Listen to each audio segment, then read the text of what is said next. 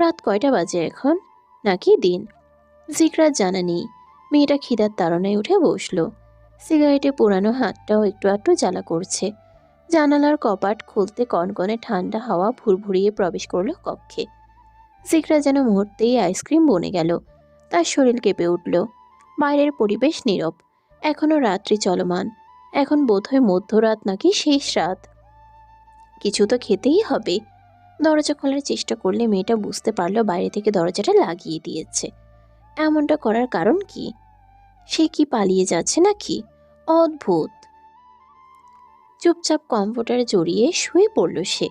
খিদার তাড়নায় শরীর মাথা কিছুই কাজ করছে না। কিছুটা সময়ের ব্যবধানে দরজা খুলে এগিয়ে এলো রুহাইল। তার পেছনে থাকা গার্ডটির হাতে খাবারের সে সব নির্দিষ্ট স্থানে রেখে গার্ডটা চলে গেল। আর রুহাইল মুখোমুখি হলো জিগরার। ব্যান্ডেজটা খোলো। ব্যান্ডেজ করবো কেন? এত প্রশ্ন আমার পছন্দ। আমি ব্যান্ডেজ খুলতে পারবো না। ভালো কথা। ভালো কথা তোমার ভালো লাগে না, তাই না? ঠিক আছে। রুহাইল পকেটে হাত ঢুকালো। ছোট ধারালো চাকুটা হাতে নিয়ে জিগরার হাত চেপে ধরল। জিগরা ভাবলো কথা না শোনায় জানোয়ারটা বুঝি তার হাত কেটে দেবে। দ্রুত ছিটকে সরে জিগরা বলল। আ- আমি খুলছি। ওকে, ফাস্ট। জিগরা ব্যান্ডেজ খুলল। রুহাইলের আগমনে তার শরীর কাঁপছে। এই লোকটার সাথে যতবার দেখা হয়েছে একবার না একবার ঝামেলা লেগেই গেছে। রুহাইল জিগরার হাতে মলম দিয়ে হাতটাকে সাবধানে রাখতে বলল। ব্যান্ডেজের আর দরকার নেই, এভাবে রাখ, শুকিয়ে যাবে। তির্যক চাহনি নিক্ষেপ করলো জিগরা। এই জানোয়ারটা হঠাৎ এত আদর যত্ন করছে। এত রাতে নিজে এসে এতটা খাতির যত্ন করার কারণ কি জানো? তোমার বাবার প্রতি দায়বদ্ধতা। নাহলে তোমার মতো মেয়েকে পায়ের তলে পিষে মারে রয়্যাল ফায়াস। শুরু থেকে যা করছেন তা একই কথা। পায়ের তলায় পিষেই মারা। তুমি এটাই ডিজার্ভ করো। জিগরা কথা বাড়ালো না। রুহাইল খাবারের ট্রে এগিয়ে দিল। কয়েক পিস চকলেট কেক আর জুস রাখা আছে। পুরোটা শেষ কর, তারপর কথা বলছে। কি কথা? রুহাইল প্রত্যুত্তর করল না। অদূরে থাকা সোফাটায় গায়ে নিয়ে কপালে হাত ঠেকালো। মাঝে মাঝে তার শত্রুটাকে দেখছে আর চোখে। কিছুটা সময় ব্যয় হলো। জিগরার খাওয়া শেষ হতেই এগিয়ে এলো রুহাইল। জিগরা হাসান, আমি তোমার সাথে একটা ডিল করতে চাই। কিসের ডিল? তোমার বাবার সম্পর্কে আমাকে বিস্তারিত জানো। তিনি কোথায় আছেন, কিভাবে তার সাথে যোগাযোগ করব। কথা দিচ্ছে, তিনি যদি সামনে আসেন তাহলে একটু আঁচড় তার গায়ে লাগবে না। আমার দরকারি তথ্যগুলো পেয়ে গেলে তোমাদের দুজনকে দেশের। সত্যি? হ্যাঁ, সত্যি। জিগরা কয়েক পল তাকিয়ে রইল জানোয়ারটার পানে। সে তো জানে না তার বাবা কোথায় আছে। তার মানে এতক্ষণ যাবৎ খাতিরদারি করার এটাই মূল কারণ। আমি সত্যিই জানি না আমার বাবা কোথায়। তোমার বাবা নিশ্চয়ই তোমার মাকে বলেছে। আর তোমার মা সুনিশ্চিত ছিল যে কোনো মৃত্যু তাকে ছুঁয়ে যাবেই, যেহেতু তিনি ক্যান্সারের রোগী। সেই হিসেবে কোনো ক্লু তোমাকে দিয়ে যাওয়ার কথা। জিগরা, আমি জানি না আমার বাবা কোথায় আছেন। তবে আড়ালে বসে তিনি যা করছেন নিঃসন্দেহে ভালো কাজ। আপনার বা আপনাদের মতো জানোয়ারের রাতের ঘুম হারামের জন্য বাবার প্রতি ভক্তি কয়েক গুণ বেড়ে গেছে আমার। অভাবনীয় একটি হাত আচমকা জিগরার গালে চড় বসালো। চড়ের শব্দ সারাটা কক্ষে যেন পুন পুন শব্দ বিরাজ করছে। গালটা সেকেন্ডেই জ্বলে উঠল। কানের ভেতর কেমন যেন শোষো করছে। হুমড়ি খেয়ে বিছানায় পড়ে থাকা জিগরাকে টেনে তুলল সানোয়ার রুহাইল। ভালো কথা ভাল লাগে না, তাই না? বারবার আমার এই কোথায় আঘাত করিস কেন? এই আরামায়েশের জীবন তোকে দেওয়াই উচিত না। জিগরার বাহু টেনে টানতে টানতে কক্ষের বাইরে নিয়ে গেল রুহাইল। জিগরার চিৎকার, চেঁচামেচি, কান্নার আওয়াজ কোনোটাই তাকে গলাতে পারল না। নিজ কক্ষের বিশাল বড় ব্যালকনিতে জিগরাকে ছুঁড়ে ফেলে বলল। এখানেই থাকবি, ঠান্ডায় তোর ন্যায় নিতে ঘুচে যাবে। রুহাইল নিজ কক্ষে ফিরে পায়চারি করতে আরম্ভ করল। এই সময়টাতে বার্লিনে যে পরিমাণ শীত পড়েছে তাতে শীতের পোশাক ছাড়া বাইরে থাকা মানে আইসক্রিমে পরিণত হওয়া। এই সময়ে বার্লিনের তাপমাত্রা সাধারণত -2 ডিগ্রি সেলসিয়াস থেকে 5 ডিগ্রি সেলসিয়াসের মধ্যে থাকে। এটি শীতকালীন সময়, তাই তাপমাত্রা প্রায়শই শূন্যের নিচে নেমে যায়। যদিও বিশেষ করে রাতে মাঝে মাঝে তুষারপাতও হয়। আজ যদি আচমকা তুষারপাত হয় তবে জিগরার যে কী অবস্থা হবে। অস্থিরতায় নিমজ্জিত হয়ে রুহাইলের জীবন থেকে কেটে গেল প্রায় 1 ঘন্টা। ভোরের সময় হয়েছে। বার্লিনের আকাশে ফুটে উঠেছে হালকা আলো ছায়া। কাউকে কষ্ট দিয়ে, শাস্তি দিয়ে এতটা পোহাতে হয়নি রুহাইলকে, যেন জিকরাকে নয় সে নিজেকেই নিজে শাস্তি দিচ্ছে। অস্থিরতায় দম বন্ধ হয়ে আসে। এদিকে ইগোর কারণে একবার ঘুরে দেখার ইচ্ছে নেই বেয়াদব মেয়েটার পানে। ইগো আর অস্থিরতার দ্বন্দ্বে শেষ পর্যন্ত অস্থিরতাটাই টিকে গেল। রুহাইল দরজা খুলে বাইরের অবস্থা পরখ করল। জিকরা একপাশে গুটিয়ে বসে আছে। গায়ে শীতের পোশাক নেই বলে মেয়েটা নিজেকে যতটা পারা যায় গুটিয়ে রক্ষা করার চেষ্টা করছে। এতটা ঠান্ডায় একটা সুতির জামা পরে টিকে থাকা যায়? আর কিছুটা সময় গেলে ঠান্ডা গ্রাস করে সে হয়তো মরেই যেত। ঠকঠকে কাঁপতে থাকা জিকরার হাত তুলে দাঁড় করালো রুহাইল। যদিও দাঁড়াতে পারেনি, ছিটকে পড়ল পা বাঁকিয়ে। এভাবে দুইবার দাঁড় করালো, কিন্তু জিকরার দাঁড়ানোর শক্তি নেই। বাধ্য হয়ে রুহাইল তাকে কোলে তুলে নিল। কক্ষে ফিরে কমফোর্টার জড়িয়ে উষ্ণ করার চেষ্টা চালালো, তবে খুব বেশি লাভ হলো না। মেয়েটা ঠান্ডায় জমে গেছে। ফায়ার প্লেসের আগুন লালচে কমলা শিখায় দপদপ করে চলছে। তার আছে দেয়ালের ছায়াগুলো নড়ছে যেন। রুহাইলের পায়ে মাথা টেকিয়ে ঘুমিয়ে আছে জিকরা। কক্ষ জুড়ে পিনপিনে নীরবতা বিরাজমান। তখন জিকরা ঠান্ডায় জমে থাকা শরীরটায় উষ্ণতা দিতে রুহাইল ফায়ার প্লেস চালিয়েছে। তারপরেই উষ্ণতা পেয়ে মেয়েটা যে কখন ঘুমিয়ে গেছে হয়তো হুঁশ জ্ঞান নেই। একটানা অনেকক্ষণ যাবৎ এক ভাঁজে রেখে পাটা ঝিমঝিম করে উঠল, তবু পা নাড়ালো না রুহাইল। যদি জিকরার ঘুম ভেঙে যায় কিনা। অনেকটা বেলা হয়ে গেছে। ইহান অনুমতিহীন দরজা খুলে পরখ করল রুহাইলের কক্ষ। রুহাইলকে বিছানায় দেখা যাচ্ছে না, তবে সে কোথায়? অনুমতি ছাড়া নিঃশব্দে বড় বড় পা ফেলে এগিয়ে যেতেই দেখতে পেল রুহাইলের পায়ে জিকরার মাথা। এই সকালে রুহাইল আর জিকরাকে অপ্রত্যাশিত অবস্থায় দেখে ইহান বেশ অবাক হলো।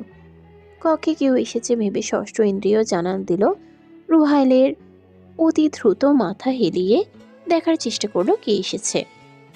অসময়ে ইহানকে দেখে বড্ড অপ্রস্তুত অবস্থায় পড়ে গেল সে। তবুও নিজের অপ্রস্তুত ভাবটা আড়াল করে বলে, অনুমতি না নিয়ে কেন এসছো এখানে? Sorry boss. Get out. মানে উনি এখানে কেন? ইহানের প্রশ্নে চট করে রেগে গেল রুহাইল। জিকরাকে ধাক্কা দিয়ে সরিয়ে উঠে দাঁড়ালো এবং এগিয়ে এসে দাঁড়ালো ইহানের মুখোমুখি। আজকাল আমার সব কিছু কৈফিয়ত তোকে দিতে হবে? Sorry boss. ইহান মাথা নুয়ে চলে গেল। রুহাইল আর চোখে তাকালো জিকরার পানে। মেয়েটা উদ্ভ্রান্তের ন্যায় তাকিয়ে আছে। জিকরা এহসান, এখান থেকে বেরিয়ে যা। জিকরা এবারেও স্তম্ভিত হলো। আশেপাশে পরখ করে এলোমেলো পা ফেলে হাঁটতে শুরু করলো। একে তো তার শরীর ভালো লাগছে না, তার উপর আচমকা ঘুম ভাঙায় মাথাটা কেমন ঝিমঝিম করছে। দরজার সম্মুখে যেতেই রুহাইলের ধমক দিয়ে বলল, ওনা রেখে যাচ্ছিস কেন? ওনাটা কি আমি পড়ব? জিকরা একবার নিজের দিকে আরেকবার রুহাইলের দিকে তাকালো। তার ওড়না কোথায়? ফায়ার প্লেসের সামনে ছুটে যেতেই দেখতে পেল তার ওড়না মেঝেতে পড়ে আছে। ওড়না নিয়ে অতি দ্রুত বেরিয়ে যেতে উদ্যত হলে এবার রুহাইল ডেকে উঠল, আমার জন্য প্যানকেক, অমলেট আর জুস রেডি কর। আমি বলেছি তো শেফ রাখুন, আমি পারবো না এইসব। শেফ তো আমি রাখবই, তবে তোকে কিমা করার উদ্দেশ্যে। যদি কিমা হতে না চাস তবে এক্ষুনি যা, যা বলেছি তা কর। জিকরা দাঁড়ালো না, হেলে দুলে চলে গেল নিজ কক্ষের দিকে। হাই হিলের ঠকঠক শব্দ দৃঢ় ভঙ্গিতে এগিয়ে আসছে। চকচকে কালো স্টিলেটো জুতার প্রতিটি পদক্ষেপ মেঝের উপর ছন্দ তৈরি করছে। দরজার সামনে এসে মেয়েটি এক মুহূর্ত দাঁড়িয়ে গেল। তার ওয়েস্টার্ন ড্রেস নিখুঁতভাবে শরীরের গড়ন ফুটিয়ে তুলেছে। চওড়া কোমর বন্ধনী তার তন্নি দেহকে আরও মর্মরিত করেছে। ঝলমলে সোনালি রঙের পোশাকের উপর নরম আলো পড়ায় সিল্কের ঝলক উজ্জ্বল হয়ে উঠেছে। মেয়েটা ধীরে দরজার হাতলে হাত রাখল। আঙ্গুলের নখগুলো কালো নীল বালিশে চকচক করছে। দরজাটা সামান্য ঠেলে খুলতেই এক ঝলক ঠান্ডা বাতাস তার চুল উড়িয়ে দিল। সোনালি বাদামি ঢেউ খেলানো চুলের কয়েকটি গোছা মুখের পাশে এসে পড়ল, কিন্তু সে পাত্তাও দিল না। দরজার চোখাট পেরিয়ে ভেতরে ঢুকতেই তার হিলের শব্দ আরেকটু গভীর হয়ে প্রতিধ্বনিত হলো। হঠাৎ অপ্রত্যাশিত দৃশ্যে মেয়েটির চোখ দুটি শীতল, কিন্তু ভেতরে যেন এক অগ্নি স্ফুলিঙ্গ লুকিয়ে আছে। সে এক পা করে ভেতরে প্রবেশ করলো। Good morning boss. রুহাইল এক পলক তাকালো উপস্থিত চেয়ার পানে। এক হাতে থাকা ফোন, অপর হাতে প্যানকেকে যেন বেশি মনোযোগী সে। চেয়ার ভেতরটা জ্বলে উঠল। একটু ভালোভাবে দেখলে কি হয়? সিয়া অলরেডি আধা ঘন্টা লেট। ইহানের কথায় মিষ্টি হাসল সে।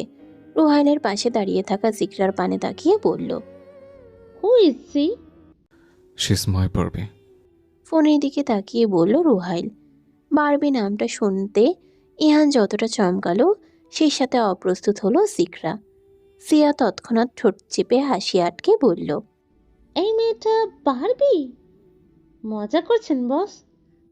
মজা তো তুমি করছো। একটা গুরুত্বপূর্ণ মিটিংয়ে যাবে অথচ ডেটের লোক নিয়ে এসছো কেন? Sorry boss. বসো, বারবির হাতের প্যানকেক খাও।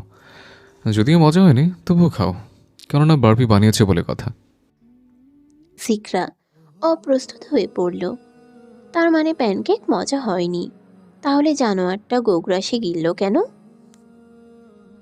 বস, আপনার শত্রুর মেয়েকে এতটা আদর যত্নে রেখেছেন, ব্যাপারটা কতটা যুক্তিযুক্ত?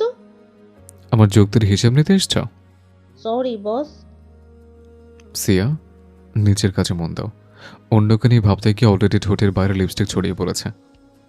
রুহাইল কিঞ্চিত হেসে কথাটা বলল। সিয়া উত্তেজিত হয়ে দ্রুত ব্যাগ থেকে আয়না বের করে লিপস্টিক ঠিক করায় মনোযোগী হলো। ইহান ড্রাইভারের পাশে বসে মনে মনে সিয়ার উদ্দেশ্যে গালি চড়ছে।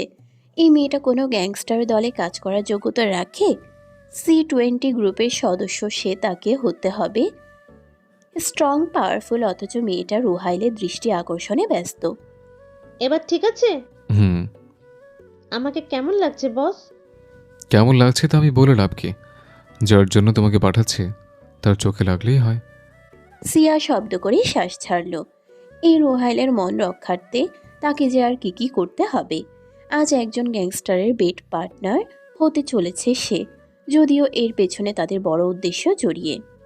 নিরিবিলি পরিবেশ কাঙ্ক্ষিত অ্যাপার্টমেন্টে পৌঁছে সিয়া দেখা পেল গ্যাংস্টার বানিশের। বয়সে 40-এর ঘরে, এখনও তাগড়া যুবক মনে হয় বানিশকে। আদুল গায়ে দাঁড়িয়ে মদ্যপানে ব্যস্ত সে। সিয়াকে পাওয়া মাত্রই ঠোঁটে ঠোঁট মিশিয়ে নিজের খুশিটা জানান দেয়। সিয়াও কম যায় না, দুহাত পেঁচিয়ে আঁকড়ে ধরল বানিশকে। দুজনের কথোপকথন শুরু হলো জার্মান ভাষায়। আসতে কোনো অসুবিধা হয়নি তো ডার্লিং? সিয়া নিজের ব্যাগটা রেখে আয়নায় দাঁড়িয়ে মেকআপ ঠিক করতে করতে বলল, একদমই না বেবি, আমাকে দেখো, তোমার দেওয়া ড্রেস পরেছি। Wow, so nice baby. Siya লজ্জায় হাসল। পুরোটা ঘর সতর্ক দৃষ্টিতে পরখ করে জড়িয়ে ধরল বানিশের গলা। এখানে কেউ নেই তো? না বেবি, আমার পেমেন্ট? তোমার অ্যাকাউন্টে ট্রান্সফার হয়ে গেছে, চেক করো। সিয়া বিশ্বাস করলো বানিশের কথা। যদিও পেমেন্ট দিয়ে তার কাজ নেই, আসল কাজটা সারতে মানিশকে আরও বেশি উতলা করতে হবে। নির্দিষ্ট বেডরুমে পৌঁছে সিয়া ইশারায় ডাকলো বানিশকে। মানিশ সেই সুযোগে সিয়ার ঠোঁটে মত্ত হলো। সিয়ার অবশ্য এসবে মন্দ লাগে না। আগে নিজ স্বার্থ সে হাসিল করলো। মানিশের মতো সুদর্শনকে রিজেক্ট করার মতো বোকামি সে কখনোই করবে না। বহু আগেই তার সতীত্ব নাশ হয়েছে, তাই এসব নিয়ে খুব বেশি জটিলতা নেই তার জীবনে। মানিশ আর সিয়া গভীর আলিঙ্গনে মত্ত হলো। সিয়ার দেহ থেকে সম্পূর্ণ জামা সরানোর আগেই সিয়া সুযোগ বুঝে ব্যাগ থেকে রিভলভার বের করলো। মানিশ চরম বিরক্ত হয়ে বলল, বেবি প্লিজ এই মুহূর্তে মজা করো না। মজা করছি না বেবি। দূরে যেও না, কাছে আছো প্লিজ। সিয়া ক্রুর হাসল। রিভলভারের নল থেকে আচমকা বেরিয়ে এলো প্রাণনাশকারী বুলেট। বুলেটটা যদিও মানিশের গায়ে লাগে। তুমি এসব কি করছো? বাস্টার্ড, তোর সাহস কি করে হলো C20 গ্রুপের সাথে লাগতে আসার? রুহাইল ফাইয়াজের কাছে বাধা দেওয়ার জন্য চরম মূল্য তোকে দিতে হবে। গ্যাংস্টার রুহাইলের সাথে তোর যে ড্রাগ ডিল হয়েছিল, তার বড় চালানটা এভাবে আটকে রেখেছিস কেন? এক্ষুনি তোর দলের লোককে ফোন করে বলবি সেটা ছাড়িয়ে দিতে। ও, তার মানে তোমাকে জানোয়ার রুহাইল পাঠিয়েছে? সিয়া বানিশের হাঁটুতে গুলি করল। তৎক্ষণাৎ তীব্র যন্ত্রণায় পা চেপে বসে পড়ল বানিশ। আমাকে মেরো না। নিজের ভালো চাইলে যা বলেছি তা কর। বানিশ সিয়ার কথা মতো কাজ করলো। কাউকে আর হুঁশিয়ারি বার্তা পাঠানোর সুযোগ হলো না, কেননা সিয়া ইতোমধ্যে ফোন টেনে নিয়ে গেছে। বানিশ ভেবেছিল অন্য কল গার্লের মতো সিয়া, অথচ সিয়া যে C20 গ্রুপের সদস্য তা তো কল্পনাতেও আসেনি বানিশের। এইসব কারণেই তার কোনো নিরাপত্তা রাখা হয়নি, তাড়িয়ে দিয়েছিল গার্ডদের, আর সেজন্যই আজ তাকে চরম মূল্য দিতে হচ্ছে। সিয়ার ফোনে একটি মেসেজ আসে। তার মেসেজের শব্দে সিয়া নিজের ফোনটা চেক করলো। রুহাইল মেসেজ করলো, সেখানে লেখা ডান। এই মেসেজটুকুতে চওড়া হাসি ফুটে উঠল সিয়ার মুখে। নিজের পরনের পোশাক ঠিক করতে করতে বানিশের উদ্দেশ্যে বলল, এতটা উত্তেজিত হলে কিন্তু আসল কাজটাই করতে পারলে না। আমার ফোনটা আমাকে দিয়ে দাও। তোমার ফোন দিচ্ছি, নাও।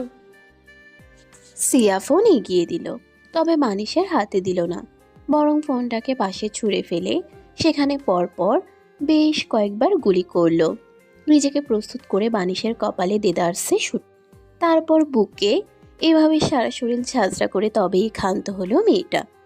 সে যখন শুট করছিল তার মাঝে কোনো পশু সত্তা বিরাজ করলো। এই মেয়েটা যতটা সুন্দর ঠিক ততটাই ভয়ঙ্কর। C20 গ্রুপে এতটা আগুন সুন্দরী সাথে আগুনের দাপটের মতো মেয়ে আছে পূর্বে জানা ছিল না বানিশের। ইতোমধ্যে মৃত্যুর কোলে ঢলে পড়েছে বানিশ। তার জার্নি এখানেই সমাপ্ত। আজ সারাদিন নিজেদের মিশন কমপ্লিট করে রাতে অবসর হলো ইহান, রুহাইল আর সিয়া। সিয়ার মাঝে আজ আনন্দ বিরাজ করছে। মেয়েটা যেদিন কাউকে হত্যা করে সেদিনই একটু বেশি খুশি থাকে। তবে ইহান ভাবলো অন্য কিছু। সে রুহাইলের আড়ালে টেনে নিয়ে গেল সিয়াকে। আরে হাত টানছো কেন? তোমার এত খুশি থাকার কারণ তো বুঝলাম না। বানিশের সাথে কি করে ফেলেছো? একদমই না, নিজেকে অনেক কষ্টে কন্ট্রোল করেছি। এই বয়সেও এত সুদর্শন, ও মাই গড! জানো, ওকে মারতে আমার ভীষণ কষ্ট হয়েছে। তবে কিস করেছিলে তাই না? একটু আধটু না করলে বাঘকে বিড়াল বানাতাম কি করে? বাই দ্য ওয়ে, তুমি কি করে বুঝলে? তোমার লিপস্টিক চারপাশে তখন ছড়িয়েছিল। বস কিন্তু একদম এসব সহ্য করে না। আমাকেও কোনো প্রস্টিটিউটের আশেপাশেও যেতে দেয় না। তার ধারণা নিজের শারীরিক চাহিদা অতি দামি, যার তার সাথে করবে নাকি। সিয়া, তোমার প্রতি আদৌ বস উইক তো? যেভাবে একের পর এক পুরুষের বেড পার্টনার হচ্ছ। সেসব বাদ দাও তো। রুহাইল ফায়াজের কথা ভেবে নিজেকে অনেকটা দমিয়ে নিয়েছি। এর পরেও যদি রুহাইল আমার না হয়, এর পরিণাম তবে ভয়াবহ হবে। সিয়া গটগটিয়ে হেঁটে চলে গেল। চারিদিকে ডিস্কো লাইটের লাল নীল সবুজ বাতিতে চোখ ধাঁধানো পরিবেশ। রুহাইল নির্দিষ্ট এক প্রান্তে বসে ওয়াইনের বোতলে চুমুক বসাচ্ছে। শরীর মন আজ ভীষণ আনন্দে আছে, কেননা বানিশ যে প্রতারণা করেছে তার শাস্তি তাকে দিতে সক্ষম হয়েছে। দীর্ঘদিন যাবৎ এই পরিকল্পনার সঙ্গী ছিল সিয়া আর ইহান। অ্যাপার্টমেন্টে থাকা সকল সিসি ক্যামেরা আগেই হ্যাক করে ফেলেছিল রুহাইলের টিম। তাই বানিশকে কে মেরেছে এর প্রমাণ খুঁজে পাওয়া বেশ মুশকিল। ইতোমধ্যে সবার মাঝেই ছড়িয়ে পড়েছে বানিশকে কেউ নির্মমভাবে হত্যা করেছে। কে করলো এই কাজ? রুহাইল নিজ বাসার সিসি ক্যামেরার ফুটেজগুলো চেক করছে। মূলত জিকরা কি করছে তাই দেখছে সে। রাত 3টা বাজতে চলল। মেয়েটা এখনো ঘুমায়নি, এপাশ ওপাশ করে ঘুমানোর চেষ্টায় আছে। লহমায় ফোন এলো ব্রিয়নের। ফোন পাওয়া মাত্র মুখে চওড়া হাসি ফুটে উঠল রুহাইলের। বলো প্রিয়ন। বানিশকে কেউ হত্যা করেছে। তোমার সাথে বানিশের ঝামেলা ছিল। তাহলে তুমি কি? এসব কি বলছো? আমার সাথে অনেকের ঝামেলা আছে, তাই বলে কি সবাইকে মেরে ফেলবো? তাছাড়া বানিশ দুধে দেওয়া তুলসী পাতা নয়, নিশ্চয়ই কারো পায়ে পা লেগে ঝগড়া করতে গিয়েছিল আর পাটাই ভেঙে দিয়ে। এত গান বাজছে, তুমি কি ক্লাবে? আসবে নাকি? না। রুহাইল ফোন রাখলো। চারদিকে তাকিয়ে ইহানকে খুঁজতে আরম্ভ করলো। রাত তো অনেক হয়েছে, এবার বাড়ি ফেরা যাক। রুহাইল বাড়ি ফিরল। ভোরের সময় জিগরার তখনও চোখে ঘুম ধরা দেয়নি। রুহাইল ক্যামেরায় দেখেছে জিগরা জেগে আছে, তাই দরজায় টোকা দিল সে। জিগরাও চটজলদি দরজা খুলল। Everything okay? রাতে খাবেন না? না খেয়ে এসেছে। এই কথা আমাকে একবার জানিয়েছেন।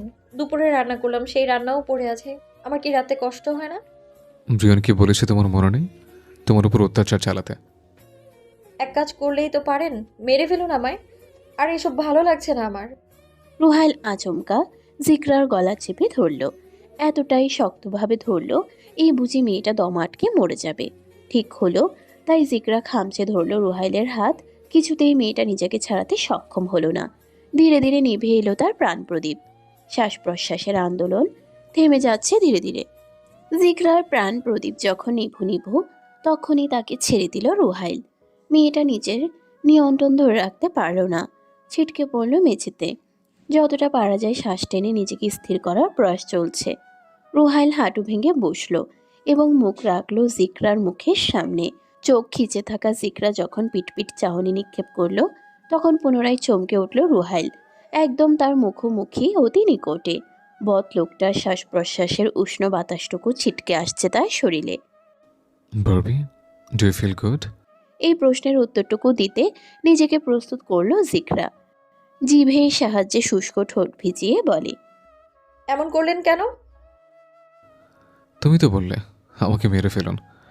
আমি শুধু তোমার কথাটা রাখতে চেয়েছি। জিকরা হতাশার ভঙ্গিমায় হাল ছেড়ে দিল। রুহাইলের সাথে তার আর পেরে ওঠা হবে না। নিদারুণ একটা জঘন্য লোক। আশেপাশে পরখ করে রুহাইল জিকরাকে কোলে তুলে নিল। সেই সাথে ধীর পায়ে এগিয়ে এসে শুয়ে দিল বিছানায়। রুহাইলের ছোঁয়া এতটা সান্নিধ্যে তার ঘৃণায় শরীর কাঁপছে। এই লোকটাকে একটুও সহ্য করার মতো ধৈর্য জিকরার মাঝে অবশিষ্ট নেই। দরজার কাছে নিজেকে আড়ালে রেখে সবটাই দেখল সিয়া। তার ভেতরটা জ্বলতে উঠল অস্থির দাবানলের গোগ্রাসী আগুনে। পরের দিন সকাল, রুহাইলের নির্দেশ মোতাবেক ব্রেকফাস্ট বানিয়েছে জিকরা এবং সেটা খেয়ে রুহাইল নিজ কাজে বেরিয়ে পড়েছে। রুহাইল ইহান বেরিয়ে যেতে বাড়িতে পড়ে রইল গাটরা আর সিয়া। জিকরা তখন রান্নাঘরেই ব্যস্ত। সেখানে উপস্থিত হলো সিয়া। মেয়েটা অতি ক্ষুব্ধ হয়ে জিকরার মুখোমুখি দাঁড়ালো। রুহাইলের সাথে তোমার কি সম্পর্ক? এত ঘেঁষাঘেঁষি করো কেন? তুমি জানো না উনি গ্যাংস্টার, যখন তখন মেরে দেবে। জিকরা কপাল কুঁচকে তাকিয়ে রইল সিয়ার পানে। এই মেয়েটা বাংলা জানে? নিশ্চয়ই রুহাইলা রিহানের সাথে থাকতে থাকতে শিখেছে, তবে বাংলা বলার ধরনটা ভীষণ বিকৃত।